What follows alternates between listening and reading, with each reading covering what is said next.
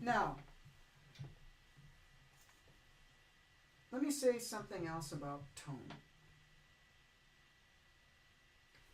Different registers, as well as different dynamics that you practice, will, how do I want to say this?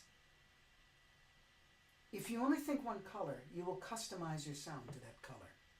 You will customize your embouchure to that color.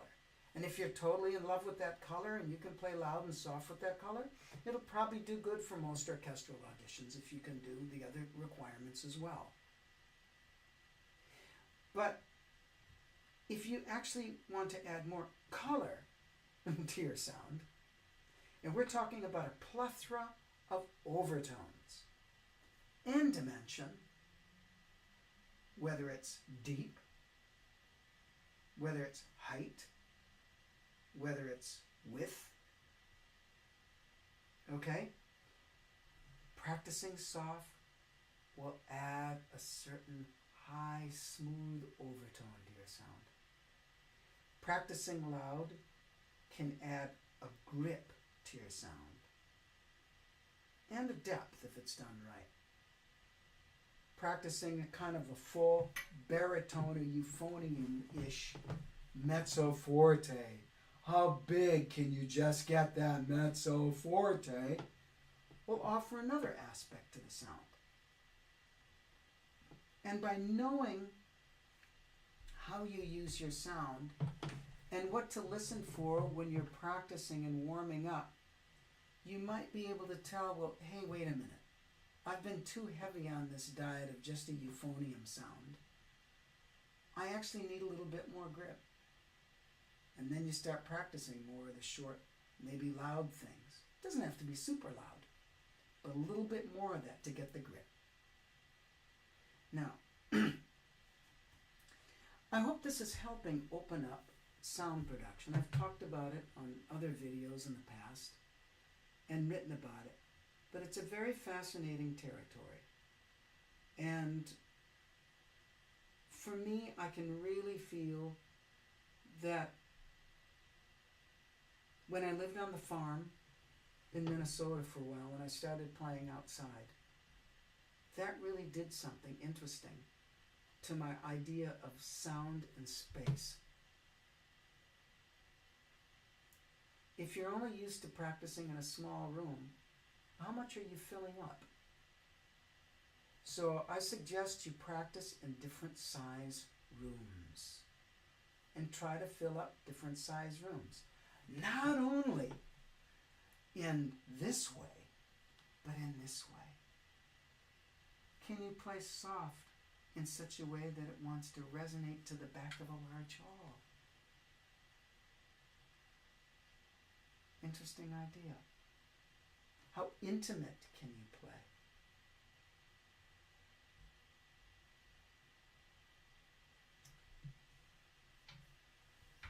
So sound for me is a vehicle for the music, but I caution you not to fall in love just with tone, but to always have it musically based, conceptually based, and realizing that the teachers out there who are listening, you know, of course you're going to be dealing with certain players. Maybe you have 12, 13-year-olds who are really showing an interest.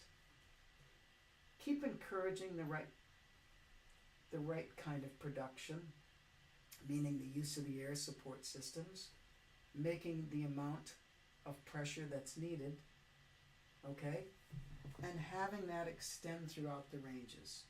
And this is where slurring and glissing can be a wonderful thing to keep what I would call the sonic fibers of the vibration of the embouchure, the sound, going continuously as much as possible.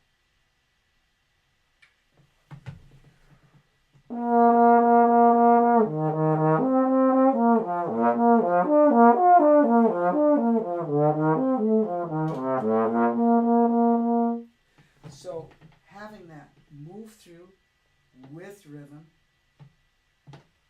Not all sound has to be warm. As a matter of fact, there's an interesting aspect of sound. Should we always think warm? And I just don't mean musically, because obviously that wouldn't work. But in terms of what air we're actually putting through the horn. People always say, oh yes, warm air, warm air. No. It's just like people always think ah or o for a syllable. Well, you've heard me speak many times. No, that isn't useful. In fact, that can get in the way of a lot of players.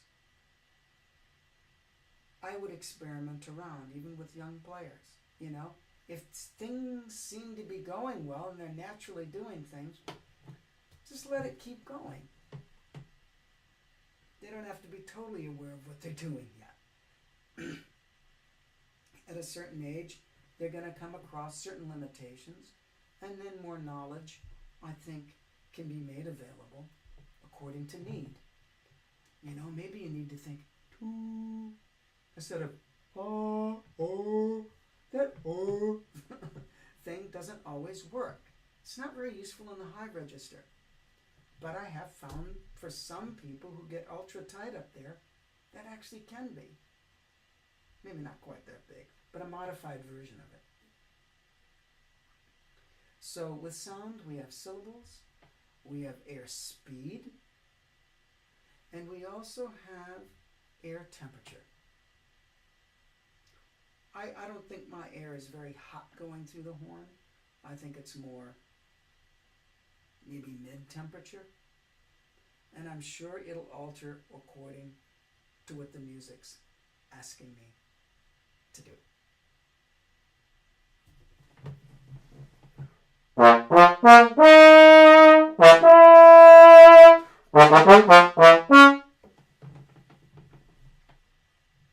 Now, was that all cold air? I think it was a combination of cool and a little bit warm, so the cool didn't get too restricted and therefore brittle. So we start with what we can do with what we consider the best quality, and we work from there. Again, as I've said, I'm open for people to write in with suggestions of what they would want to talk about with anything that I bring up. I'm trying to bring the spirit across in these videos of the various territories. When I'm with a person who's taking private lessons from me or Skype lessons, I can start to tailor certain things for them. But since I'm not a one-size-fits-all type person, I can't just say, no, here's the way to work on tone. Here's the way to work on slurs. Here's the way to keep the embouchure there. I found it doesn't always work that way. So, with anything on these videos, take what you can. If you have a certain routine and it's going well, I would be cautious in adding certain things, little bits at a time, and see what you can come up with. Ask yourself, when you're practicing and you're listening for tone, is it musically motivated? Or if it's technically motivated, what are you listening for? And what are you trying to go for? Never hurts to throw in a little flutter tone practice. It can really help clean up a lot of discrepancies and extra noise in the sound, including multiphonics.